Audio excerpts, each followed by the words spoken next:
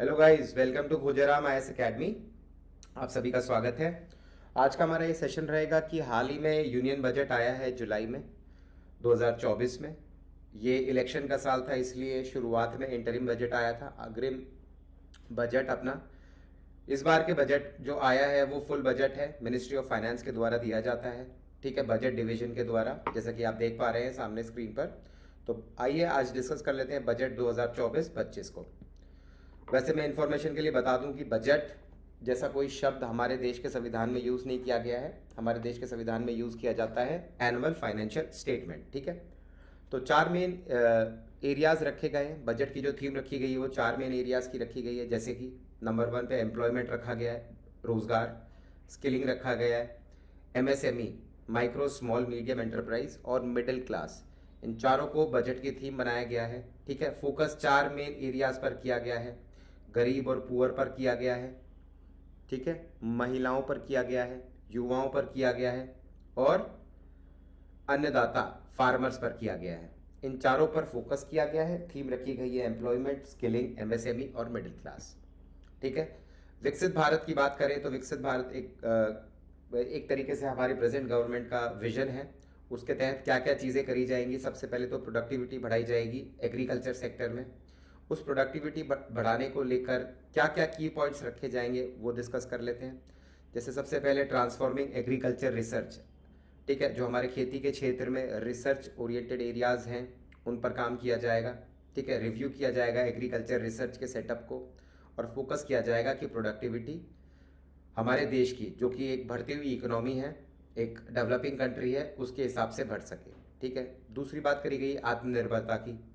कई क्षेत्र में, एग्रीकल्चर के कई क्षेत्र में, जैसे ऑयल सीड्स हो गए, मस्टर्ड्स हो गए, ग्राउंडनट हो गए, अपना तिल हो गए, सेसमे, सोयाबीन हो गया, सनफ्लावर हो गया, इसमें भारत को हम आत्मनिर्भर बनाने की तरफ आगे एकाग्र रहेंगे, कोशिश करेंगे। ठीक है, तीसरा, नई वैरायटी रिलीज करी जाएगी, 100 न्यू हाई यील्डिंग वैरायटी और climate resilient variety 32 fields and horticulture crop के लिए रिलीज करी जाएगी गवर्नमेंट के द्वारा। ठीक है, नई वैरायटीज़ हमारे एग्रीकल्चर सेक्टर में रिलीज करी जाएगी। तीसरा रहेगा vegetable production and supply chain. Promotion किया जाएगा एफपीओज का, कोऑपरेटिव्स का और स्टार्टअप्स का, ताकि जो हमारी सब्जियों की सप्लाई चेन है उसको अच्छे से और एफिशिएंट बनाया जा सके और अच्छे से बढ़ाया जा सके। ठीक है, कलेक्शन ऑफ वेजिटेबल्स, स्टोरेज और मार्केटिंग, इन तीनों चीज़ों पर ध्यान दिया जाएगा।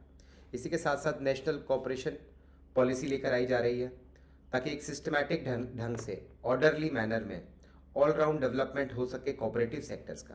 ठीक है, नेचुरल फार्मिंग को बढ़ावा दिया जाएगा। 1 करोड़ फार्मर्स के आसपास लगभग जो देश में हैं उनको एक तरीके से मोटिवेट किया जाएगा, इनिशिएट किया जाएगा नेचुरल फार्मिंग में। ठीक है, और सपोर्ट, अगर सपोर्ट की बात करें तो सपोर्ट सर्टिफिकेशन सपोर्ट दिया जाएगा हमारी तरफ से। ठीक है, इसके अलावा श्रिम्प प्रोडक्शन और एक्सपोर्ट पर भी काम किया जाएगा। डिजिटल पब्लिक इंफ्रास्ट्रक्चर डीपीआई पर भी काम किया जाएगा। ओके, इसके बाद करें प्रायोरिटीज ऑफ विकसित भारत की गाइस, तो एम्प्लॉयमेंट और स्किलिंग सेक्टर में काम किया जाएगा। ठीक है, पीएम ने पैकेज दिया है, प्राइम मिनिस्टर ने पैकेज दिया है, प्राइम मिनिस्टर ने पैकेज दिया है 3 स्कीम्स का एम्प्लॉयमेंट लिंक्ड इंसेंटिव के बेसिस पर। ठीक है, इसमें क्या होगा, स्कीम 1 फर्स्ट टाइमर जो होंगे, दूसरा स्कीम भी job creation of manufacturing, manufacturing में जॉब क्रिएशन की, और स्कीम 3 के तहत क्या होगा, सपोर्ट टू द एम्प्लॉयर्स, कि जो एम्प्लॉयमेंट दे रहे हैं उनको सपोर्ट किया जाएगा। ठीक है, स्किलिंग प्रोग्राम लाए जाएंगे, 20 लाख जो यंगस्टर्स हैं, यूथ हैं, वो उनको स्किल किया जाएगा, उनकी स्किल को अपग्रेड किया जाएगा 5 साल के पीरियड के अंदर। 1000 industrial training institutes ITI setup किए जाएंगे। ठीक है, और course content and design alignment as पर स्किल नीड्स ऑफ इंडस्ट्री, जो कोर्स डिज़ाइन किया जाएगा आईटीआई इंस्टीट्यूट्स के लिए वो इंडस्ट्री स्टैंडर्ड पर रहेगा। ठीक है, इसी प्रकार से गाइस ह्यूमन रिसोर्स और डेवलपमेंट एंड सोशल जस्टिस के लिए क्या काम करेगी सरकार, ये विकसित भारत के अंडर ही है, विकसित भारत के विजन के अंडर ही है। सबसे पहले पूर्वोदय, विकास भी, विरासत भी, ये इनिशिएटिव लाया जाएगा, जिसमें plan for endowment rich state in eastern part covering Bihar, Jharkhand, West Bengal, Orissa, Andhra for generation of economic opportunities to attain विकसित भारत। ठीक है, ईस्ट साइड के जो हमारे स्टेट है, पूर्व साइड के स्टेट्स हैं, उनमें और भी अपॉर्चुनिटीज जनरेट करी जाएंगी, जिसमें मेनली स्टेट्स का नाम लिया गया है बिहार, झारखंड, वेस्ट बंगाल, उड़ीसा, आंध्र प्रदेश, जिसमें इकोनॉमिक अपॉर्चुनिटीज और भी ज़्यादा लाई जाएंगी। ठीक है, अमृतसर कोलकाता इंडस्ट्रियल कॉरिडोर को डेवलप किया जाएगा। ठीक है, इंडस्ट्रियल नोड दी जाएगी गया के अंदर। इसके अलावा allocation of more than 3 lakh crore of scheme benefiting women's and girl, 3 lakh crore रुपए के आसपास खर्च किए जाएंगे औरतों और महिलाओं के लिए, ताकि अलग अलग गवर्नमेंट स्कीम्स लेकर आई जाएगी, बेनिफिशियरी स्कीम्स 3 लाख करोड़ रुपए के खर्चे पर।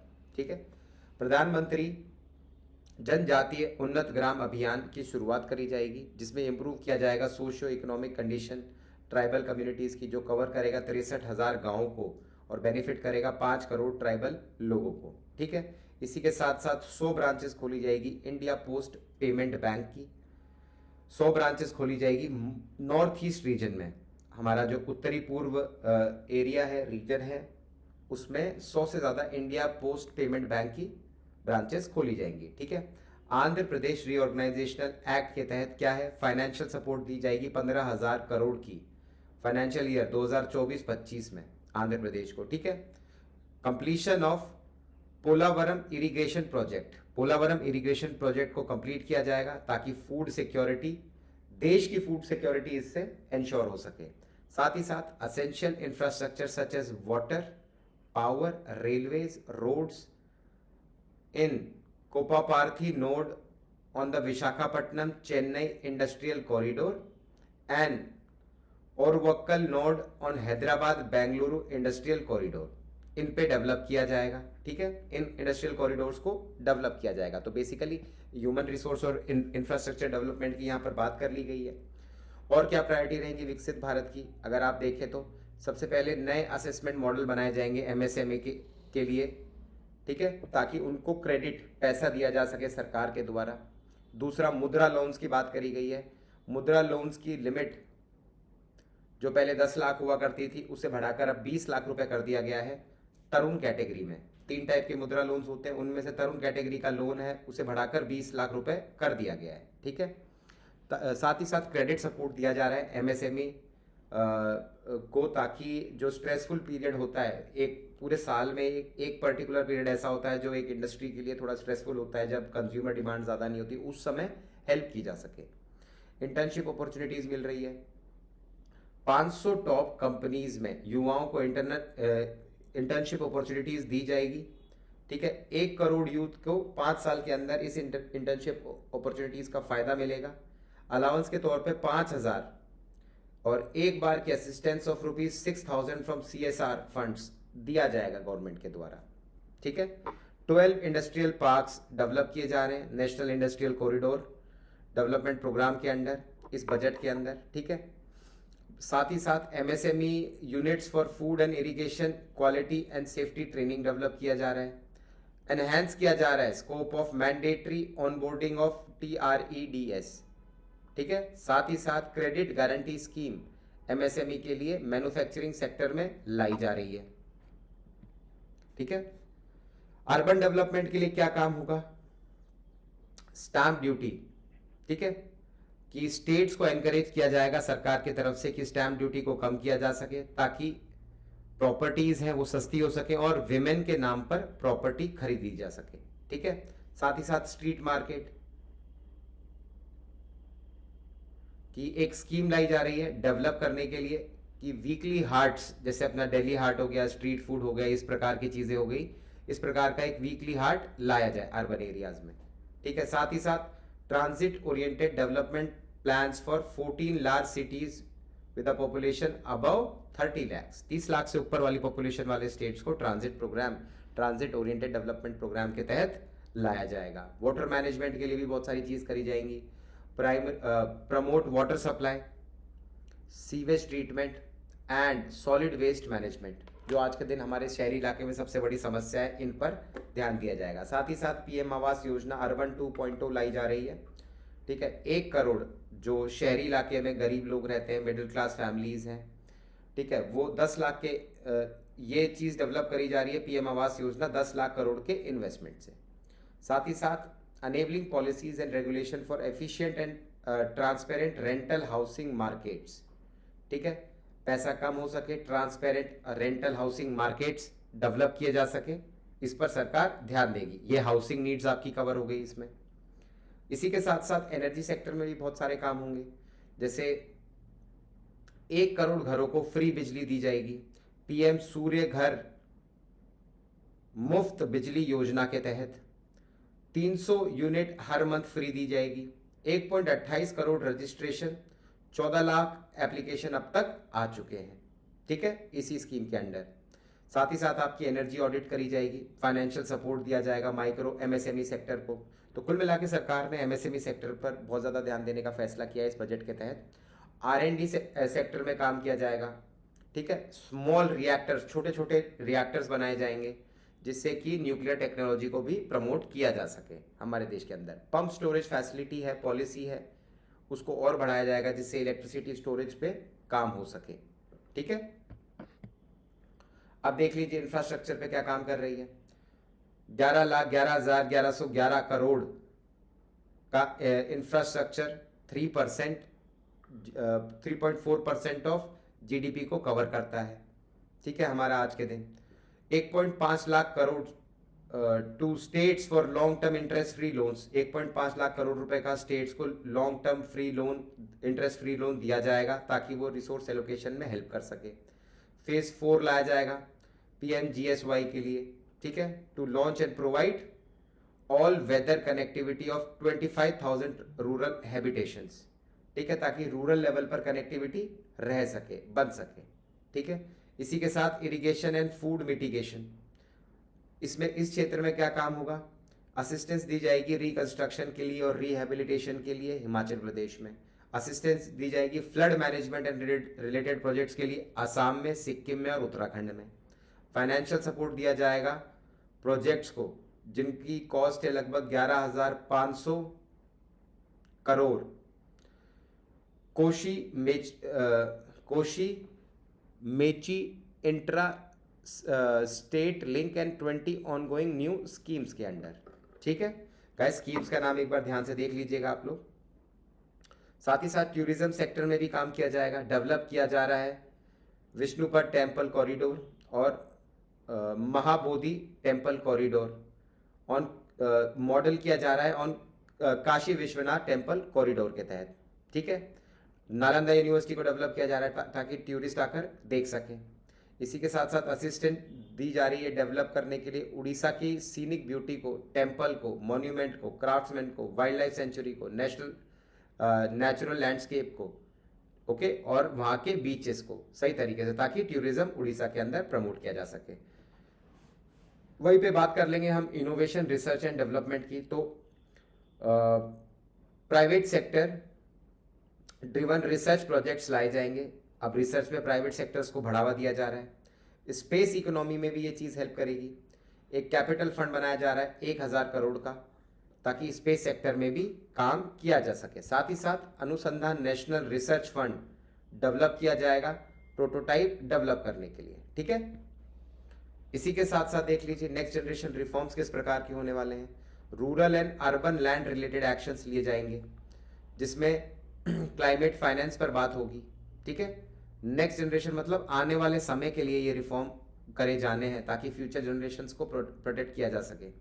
एफडीआई और ओवरसीज इन्वेस्टमेंट पर काम किया जाएगा कि एफडीआई को और सिंप्लीफाई किया जा रहा है ताकि बाहर के लोग आकर इंडिया में मैक्सिमम अमाउंट पर पैसा लगा सकें। इंप्रूवमेंट किया जा रहा है गवर्नेंस का, collection and processing and management of data and statistics के लिए।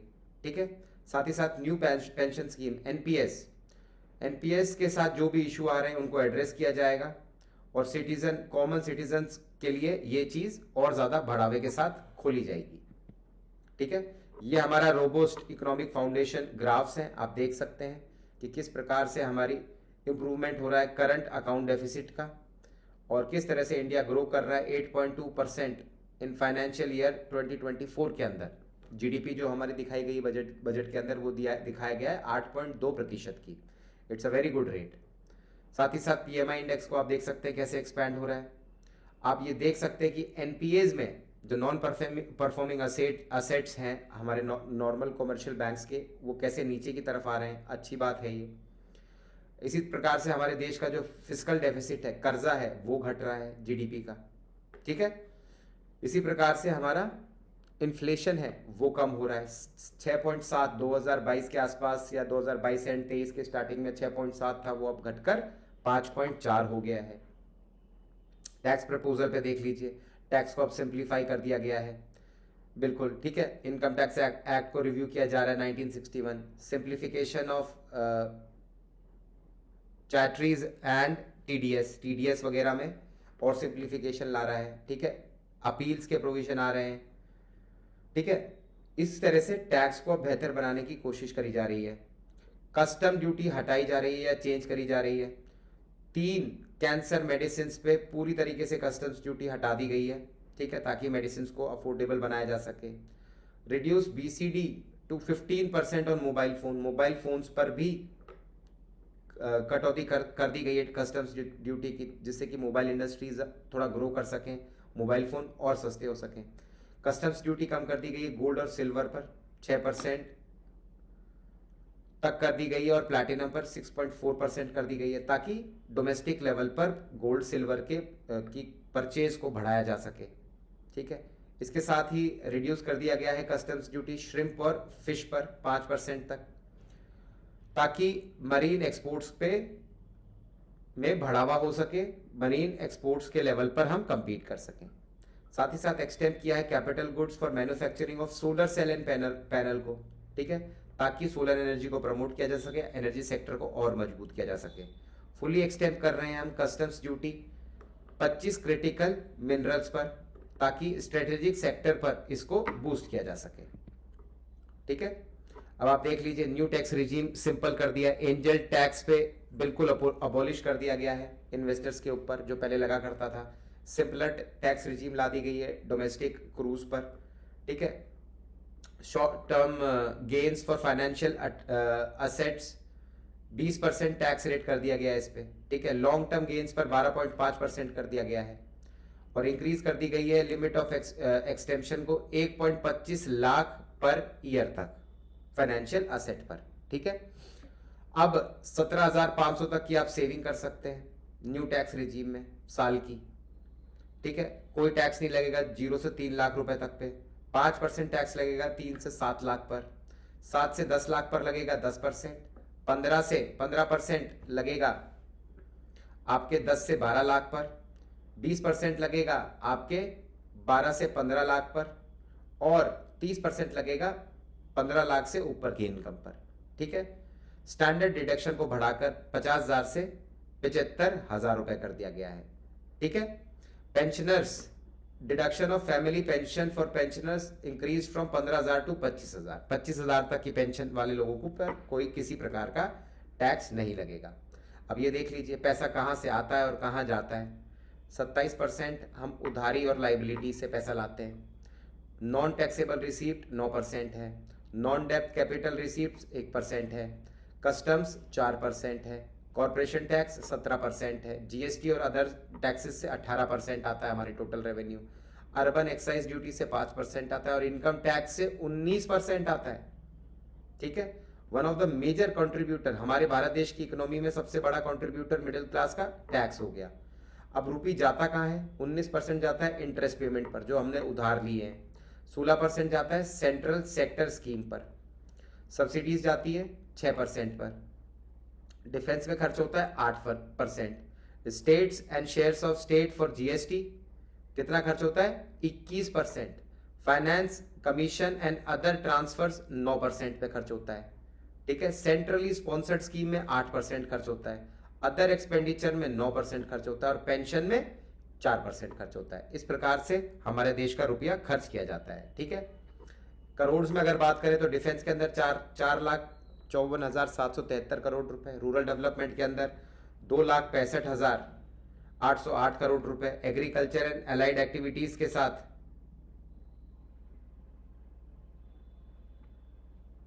एग्रीकल्चर एंड अलाइड एक्टिविटीज के साथ एग्रीकल्चर एंड अलाइड एक्टिविटीज में 1,51,851 रुपए खर्च हो रहे हैं। होम अफेयर्स में 1,50,983, एजुकेशन में 1,25,638, IT एंड टेलीकॉम में 1,16,342, हेल्थ में 79,287, एनर्जी में 68,769, सोशल वेलफेयर में 56,501, कॉमर्स एंड इंडस्ट्री में 47,559 रुपए खर्च होते हैं। ठीक है, अब ये आप पूरा ग्राफ के तौर पर जान सकते हैं कि मेजर स्कीम्स में कितना पैसा खर्च हो रहा है। जैसे मनरेगा के अंदर 86,000 के आसपास खर्च हो रहे हैं, 86,000 करोड़ रुपए। ठीक है, रिसर्च एंड डेवलपमेंट प्रोजेक्ट्स पर 1,200 करोड़ रुपए खर्च हो रहे हैं। न्यूक्लियर प्रोजेक्ट्स पर 2,228 करोड़ रुपए खर्च होंगे। PLI एंड फार्मास्यूटिकल इंडस्ट्री पर 2,443 करोड़ रुपए खर्च हो रहे हैं, 2,143 करोड़ रुपए खर्च हो रहे हैं। Development of semiconductor and display manufacturing में कितना 6,903 करोड़ रुपए खर्च हो रहे हैं। इसी प्रकार से सोलर पावर ग्रिड के अंदर 10,000 करोड़ रुपए खर्च हो रहे हैं।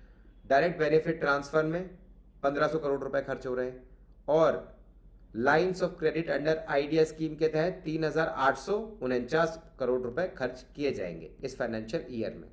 ये हमारे देश की रिसिप्ट्स हैं। रेवेन्यू रिसिप्ट्स देख लीजिए कितना है, 31.3 लाख करोड़ का। कैपिटल रिसिप्ट 16.9 लाख करोड़ का। रेवेन्यू एक्सपेंडिचर 37.1 लाख करोड़ रुपए का। Effective capital expenditure 15.9 lakh crore रुपए का।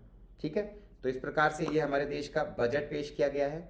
इसी प्रकार की जानकारी के लिए चैनल को सब्सक्राइब कर लीजिए खोजाराम IAS अकेडमी को। अब आपको डेली बेसिस पर इसी प्रकार की अलग अलग टॉपिक्स पर जानकारी मिलती रहेगी जो आपकी UPSC से लेके स्टेट PCS से लेके हर तरीके की प्रिपरेशन में हेल्प करेगी। सो काइंडली सेशन को लाइक कर दीजिएगा, शेयर कर दीजिएगा, खोजाराम IAS अकेडमी को सब्सक्राइब कर लीजिएगा और एग्जाम की तैयारी अब भरपूर तरीके से करना शुरू कर दीजिए। Thank you, see you next time, bye bye.